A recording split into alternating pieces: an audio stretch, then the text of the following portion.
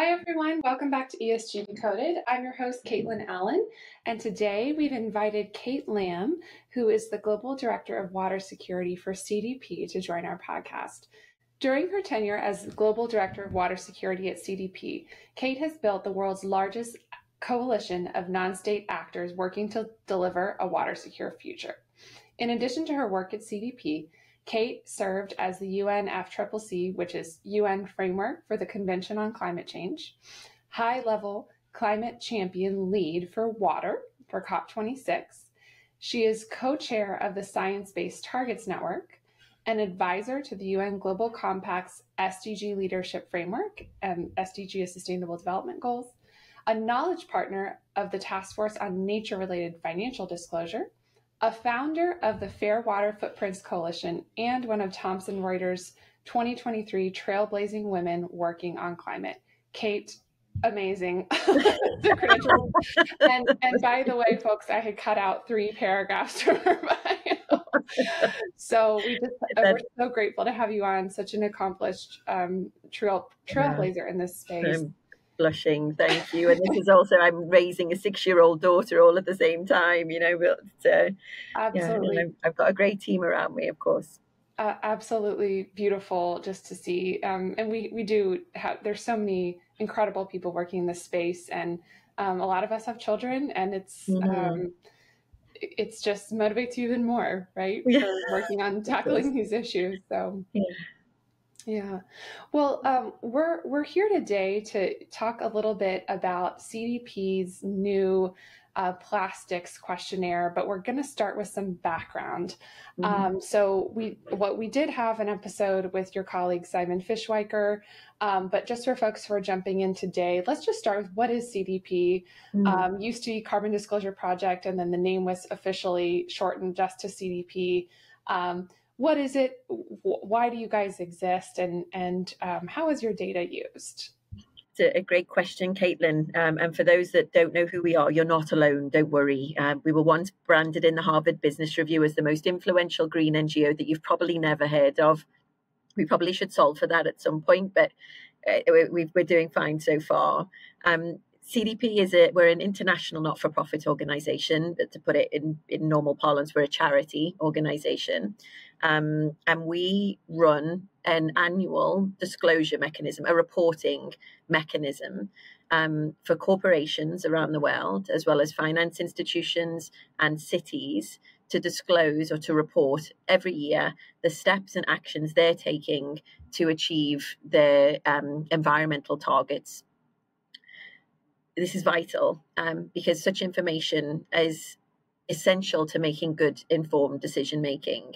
And yet, with governments currently not yet meeting the needs of various different stakeholders by putting this reporting infrastructure in place, CDP emerged to fill what is essentially a policy gap, to step in and solve for this problem for a short period of time.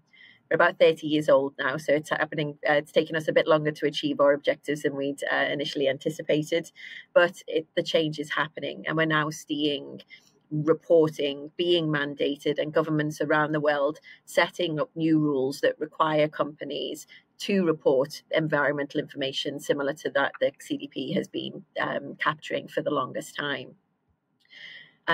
Not only do we capture all of this information, but we then distribute it effectively and efficiently to a whole range of stakeholders. You can imagine, for example, a company, Coca-Cola, for example, or Unilever, currently being requested potentially from thousands of institutions around the world for insights as to what they're doing with regards to water pollution or plastic waste or climate change. They would, without CDP, have each one of these requests coming in from a whole range of different avenues and have to create a framework or a standard report that allows them to provide that information out.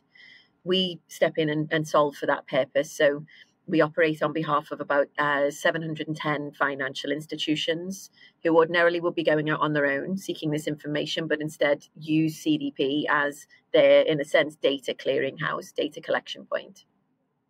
So we provide an efficient mechanism for Unilever to then communicate out to all of those 710 financial institutions. But in addition, we have that information going out to a whole range of other stakeholders, including the businesses themselves. So Unilever also receives certain environmental information from CDP associated with its suppliers. So it can use CDP to gather insights around, again, carbon, water use and risks, deforestation, and begin to better understand the risks, impacts, and opportunities that exist within its supply chains. The data is also shared with academics who are constantly researching all of these topics to identify novel, new, innovative, and transformative ways in which we can really drive change. The data is shared with national governments in some respects. For example, the Japanese Ministry of Environment take our data that is disclosed via from Japanese companies and uses it to think about how they can support those companies in their transformation, whether it's through new legislation and new regulation, or whether it's through other mechanisms, incentive mechanisms that they can put in place to drive change. And finally, some of our data is also used by the NGO, broader civil society groups themselves as well. WWF, for example, take our water data and use it to strengthen their water risk filter tool, which is again then used by companies to understand what is going on and how they can solve for their water risks that they're exposed to. So we're at the heart of an awful lot of action that is taking place far beyond CDP's small but perfectly formed team at the moment, and that is was possibly why we've been talked about as one of the more powerful NGOs, because of course there's power in that data itself. Yeah, absolutely. And you've mentioned obviously CDP started with carbon disclosure projects, so it started with a greenhouse gas climate change focused disclosure. Over the years, CDP has added water, the forestry deforestation type questionnaire. Am I missing any of the historical ones? Those three, right? Biodiversity, we made a move on about 2 years ago. Thank you. Biodiversity. I knew I was missing one. And the latest topic is plastics. So, when you think about and folks reflect on like you said, the power in this data that CDP is essentially a clearinghouse for, and you see that those trends from climate change to water to deforestation to biodiversity, and now plastics is the newest questionnaire. There's a lot of I'm sure very good reasons behind why plastics is next. So why has CDP chosen to pursue a plastics questionnaire next? It's an important question. Plastic pollution currently poses one of the most significant threats to ecosystems, economies, and communities. It threatens the function of our terrestrial systems, our freshwater ecosystems that I feel so passionately about, our ocean systems. And these systems serve as sanctuaries for biodiversity. They're vital food sources for billions of people worldwide, and they're major carbon sinks. And we need to solve for the plastic pollution crisis if we are to achieve all of these other interrelated objectives that we share. As you know, the world is a complicated place, and one intervention on one particular pollutant here is going to have both positive and negative implications for all of these other areas that we work on. We were approached by a couple of donors a couple of years ago, the Pew Charitable Trust and Minderoo Foundation, who said, we think that the CDP disclosure mechanism could provide a significant contribution in achieving the global plastic agenda. Would you guys be interested in exploring this together? So we said, yes, why not? Let's do a bit of landscape assessment. Let's understand, one, whether that is true. Second, is somebody else doing it better than we could, and therefore there's no need for us to step in, but we can amplify what's already happening, or stay quiet altogether and leave them to do their jobs themselves. What is the market telling us? What do they need?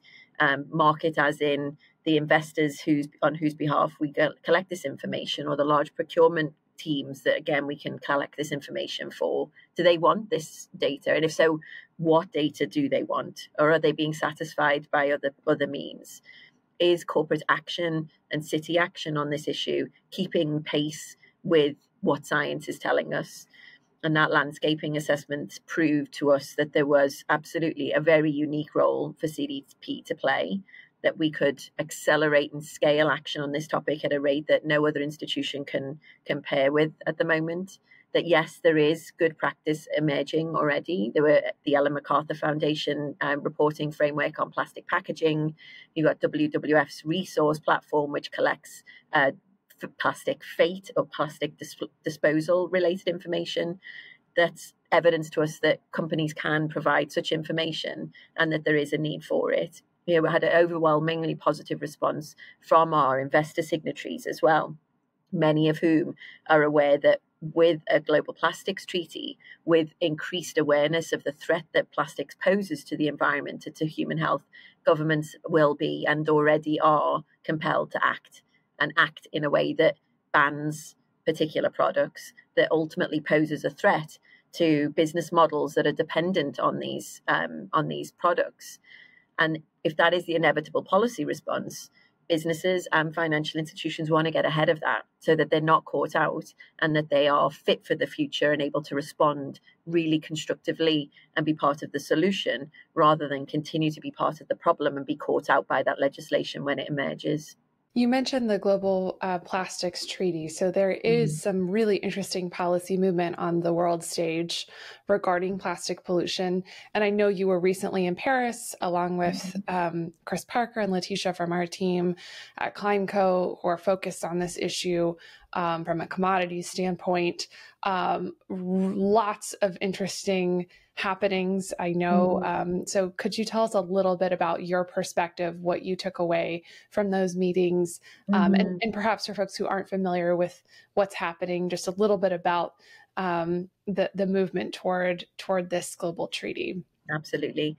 It's fascinating. My goodness, if anyone can get a seat in these rooms where these negotiations are playing out, it's amazing to watch the dynamics in play, right? So what we're seeing here is about a year ago, 170 governments gave UNEP, the United Nations Environment Programme, the mandate to develop a globally and potentially legally binding agreement between all of those 170 companies to tackle the plastic pollution and waste crisis. It's as significant as what happened in Paris with the UNFCCC's Paris Agreement that now commits the world to reducing greenhouse gas emissions and keeping warming within 1.5. So sorry, jumping in real quick, just UNFCCC for folks who aren't familiar is UN Framework for the Convention on Climate Change. That's correct. Please go ahead. Yes. Apologies. It's an acronym soup in the world that I live in. So it is incredibly significant because what that means is if every country ultimately agrees and signs off on the framework, which, by the way, is forecast to be finalized by this time next year, it's a very rapid process, then it will result in major transformations in major markets. It will change the face of the oil and gas sector, who are currently looking at plastics as their route out of selling fossil fuels. They will convert those fossil fuels into plastics. It's something that not many people know, right? Is that to make plastics are fossil fuels, virgin plastics particularly. And so if the oil and gas sector no longer have the lifeline of converting from or selling oil and gas into selling plastics, what will they become? What is their transition journey? It will change the face of fashion because this product, this commodity that is used to make a vast amount of fast fashion at the moment may no longer be available to them to do so. These are major changes in behavior that we need to bring about as a result. Will only benefit all of us in the long run. It's an opportunity or it's a threat. And you saw that playing out in the dynamics within the rooms. For certain countries, it is clearly a threat to their economy at the moment. particularly those countries that are really dominated and dependent on oil and gas. For others, it's a significant opportunity to strengthen their local economies, to free them from the scourge of plastic waste that is created by us in the West and then shipped to poor developing countries that are ill-equipped to solve for this. There are opportunities for many, many businesses in this space, both those that are coming forward with new innovative solutions and those companies that are currently really dependent on the product. They could be creating entirely new ways for us to consume as a society that ultimately brings about benefits for all of us. So it's a fascinating space to watch, and it's a fast-moving one, and one that I hope will ultimately succeed in achieving a high, ambitious outcome. Thank you so much for giving us the background on that. I think there's another very burning question that we have. I know I have, how CDP goes about creating a new reporting framework. Can you tell us a little bit about what's happening behind the scenes to get to that questionnaire that ends up on many of our listeners' desks? Yeah, again, another great question. So there's an army of staff that we've been able to employ as a result of those donors leaning in, which is a real benefit, because there's no way I could deliver this on my own. And we've hired a whole range of experts, both in terms of plastic related expertise, but also in terms of market transformation and policy engagement expertise. And so we're currently assessing the lay of the land. What is the ultimate global target that we need the world and the economy to orientate towards and the achievement of? So with climate, it is the Paris Agreement. With water and deforestation, it is the biodiversity framework that emerged out of the COP15 in Montreal last year. With plastics, it inevitably will be the Global Plastics Treaty, although it doesn't exist yet. But we've got a few ideas of where that's likely to land.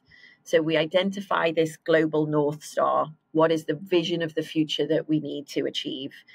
We're then undertaking a series of research to understand, well, what is the role specifically of each sector in achieving that outcome? What does the oil and gas sector need to do? What does auto manufacturers need to do? What do retailers and fashion suppliers and finance institutions and cities, what do they all need to do in order to achieve that North Star? And we gather insight from a whole range of experts when it comes to that particular topic. It isn't a case of CDP sitting here in our office in London trying to figure that out. We're humble enough to know that we are the experts in disclosure, but we're not the experts in plastic evolution and plastic futuring, as we're such a new kid on the block when it comes to this arena. So we're lending knowledge from every quarter. We've got relationships with academics, with NGOs, with companies, and with financial institutions themselves and regulators to gather their insight. They've been thinking about this for 30 years. So what do they think needs to happen? What are the best standards out there that we should be reflecting? And once we've done that intelligence gathering, we then see, okay, well, what existing reporting frameworks are out there already? What's already expected of firms? And do they align with these visions of what the sectors need to do? If so, we think about, well, could we adopt? Is there value in the data that they're collecting?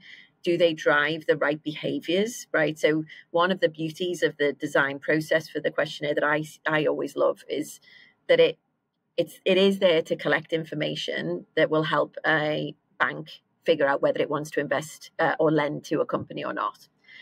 But there's a secondary tactic with regards to the questions that we ask, and that we design them so that they spark a conversation within a company that would never have happened had we hadn't asked that question. And you can imagine the power of that, right? When you've got 710 investors asking you, company, whether or not you have a target for plastic pollution elimination, or how much money are you spending on innovating your way out of your plastic dependence, or how do you handle your plastic waste and where does it go and how confident are you? If those are questions that you've never asked yourself before, you could first of all figure out, who the hell is asking me, and do I really care enough about them to put the answer together? And then you realize, oh, hang on, this is coming from 700 financial institutions that are really important to us. We probably do want to have the answer for them. So then you look internally and you think, well, who's got that answer? Where's the key to the meter room? Who's got those data? What tools do we use? And it sparks that change, that chain reaction within the company that is often not so well recognized as the power of disclosure itself, that it sits within the data we collect. So we think about, in order to drive an oil and gas firm towards that outcome that they need to achieve to get the global agreement implemented, do these questions that already exist contribute to that? Where's the evidence that that is the case? Is there a thorough independent evaluation of those frameworks that we can look to demonstrate that, yes, actually these stack up? Not only do they drive the data that we're looking for, but they also drive the behaviors that we want to happen. And if that exists, great. We'll take them and we make them our own. And we get agreements with those NGOs. So we're working on MOUs with the Ellen MacArthur Foundation, for example, at the moment, with the aspiration that where we start to collect information on their behalf, we then strike a data agreement with them so they don't have to ask that information anymore, but we give them the data as we collect it in. Kate, I have a question for you on that, just before we get too deep into it. I know there's also, you guys have a process for testing the validity of data points as well. I wonder if you could tell us a little bit about that, because I know that's, incredibly important, right? That the investors end up with the data points that actually matter, right? So how do you, what did you actually do to find out if you've got good data points or not? So the first step is to survey our investor signatories and figure out, okay, and ask those explicit questions. What data do you already have access to? How do you use that? Is it meeting your needs or not? And if it isn't, what data are you missing? And how would you use that? Why would you use that? What outcomes do you hope to achieve as a result of using that information? And we're getting varying degrees of insight back. Some are amazing and will tell us, we will use this to allocate capital in this way. And you think, well, if they're really going to do that, that could transform the world. Therefore, yes, we want that information. We want that data point to emerge. If they're really just telling us that they'll want this data as a matter of curiosity, but they don't yet know how to do it, then we probably wouldn't necessarily overly prioritize that, and stick with those that are genuinely transformational, where there is a clear direct relationship between the data going in and money being allocated towards companies differently, particularly rewarding companies that are doing really well, because that's ultimately what we want to have happen, right? We want those that are leading to be supported. Part two of that question is feasibility. So, I know from years of helping companies fill out CDP, right? There's sometimes, there's a question where they're like, how do they expect us to know this, right? Yeah. How are we supposed to get to this answer? We have no idea, right? So what about the feasibility part? Do you take any evaluation of how easy or difficult it is to access or come up with that type of data? We do. Yeah, absolutely. So at the early stages of our development for the plastic indicators that are in there now, that are currently, we've got 7,000 companies figuring out whether they want to respond and whether they can respond to them. We consult. So we put out a public consultation and we flag it to all of the corporations that are in CDP's network that, hey, we're thinking of doing this. What do you think? And we have them specifically rank it both in terms of value. Is this a valuable exercise? Is this valuable data for you to be putting on the market? Is it valuable for you to be collecting that information? But also then feasibility. How feasible is it for you to do this? So the feedback we received from companies with regards to the data points on plastics that we were looking to pursue for this year was that it was very valuable for them to provide this information, for them to go through the process of collecting that information, but that in terms of feasibility, they were ranking low. It would be really difficult for them to provide this information. So what we took the decision to do was that we will continue to ask, because if we never ask, we will never get. And the companies are telling us that this is a valuable exercise, and the investors and others are telling us that this is valuable data that they want. So we continued with asking the question and requiring or requesting the information to be reported, but we took a pause on scoring, as it's another tool in our toolkit, is that we then reward companies for providing a comprehensive disclosure to us. And that's a really important mechanism for change. It's a direct feedback mechanism to those companies to give them an understanding of whether they have sufficiently answered the question, if they're taking the right behavior, or if there's room for improvement. So rather than running ahead with scoring on a question that has got a very low feasibility at this stage would be grossly unfair. And we've delayed on scoring. It was never really our intention to score for 2023, 2024 anyway on plastics. We're most likely moving on that in 2026 at the very earliest. And I look back to my experience with water security. We didn't score any water-related questions for 5 years.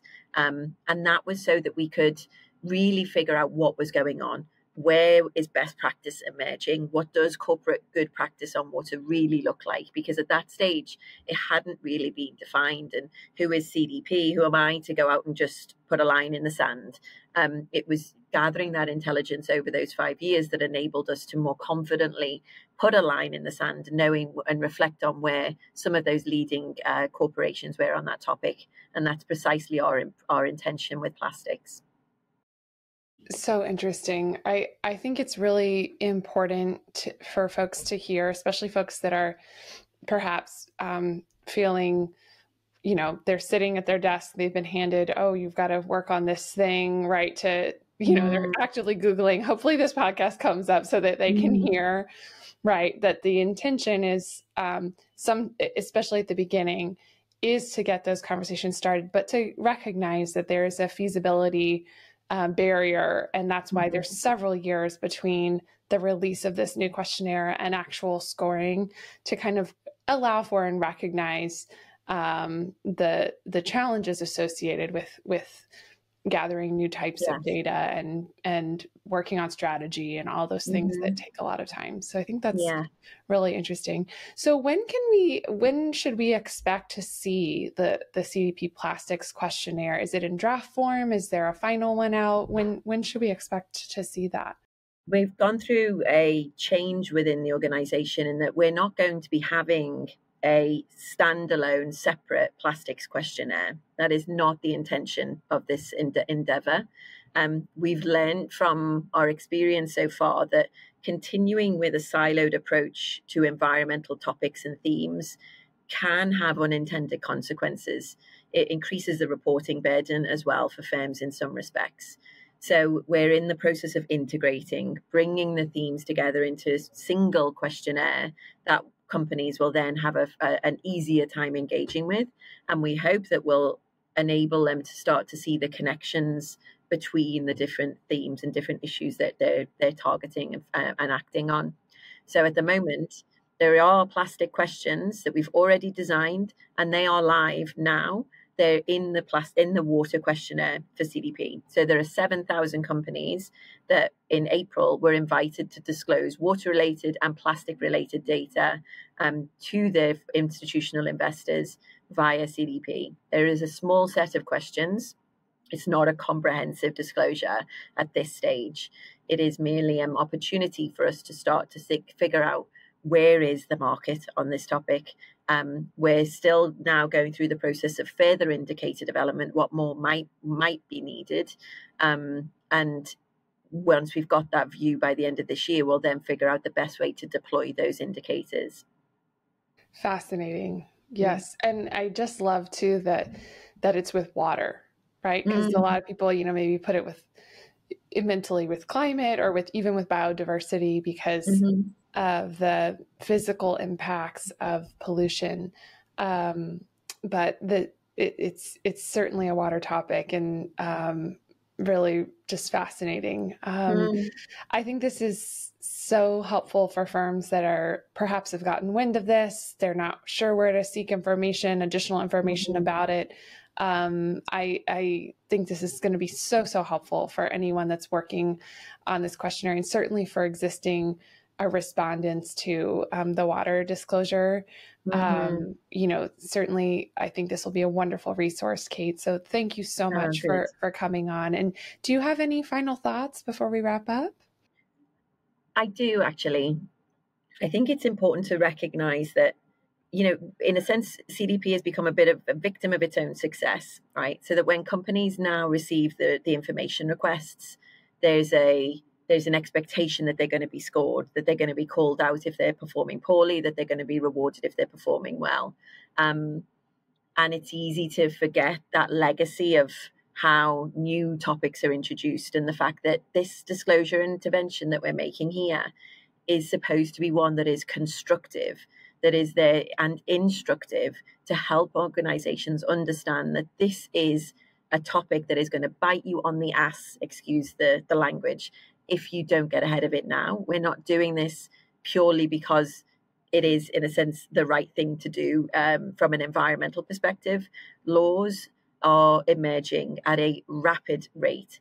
This transformation towards a future in which plastic pollution and waste will be outlawed is inevitable. And so the intervention that we're making is to support companies to be part of that solution, to make sure that they find the keys to the meter room, that they get in the right vehicle, and that they head to the final destination together in a way that benefits communities and benefits our environment overall. Because the alternative is hard to contemplate right now. And so helping them and helping your listeners hopefully see that there is this intent to support firms along the way, be their critical friend. We won't always be sycophantic and bowing down to them. Our job is to provide a healthy challenge, but it is in a way that is supportive to bring them to a conclusion in which we all have a healthy environment and a strong economy that works for us all. Well said, Kate.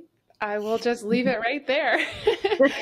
Thank you so much for coming on to share more about this. I think folks will find it really interesting how this is developed and the incredible stakeholder engagement around the development of this, as well as engagement with companies, thinking about feasibility, all the different pieces that go into the creation of a new CDP. I shouldn't say questionnaire now, it's questions. CDP questions integrated, yeah. Well, just thank you so much. I look forward to seeing you when we're in the same city at some point, and you have a wonderful rest of your day. Thank you. You too, Kaitlyn. Take care. Thanks. Bye.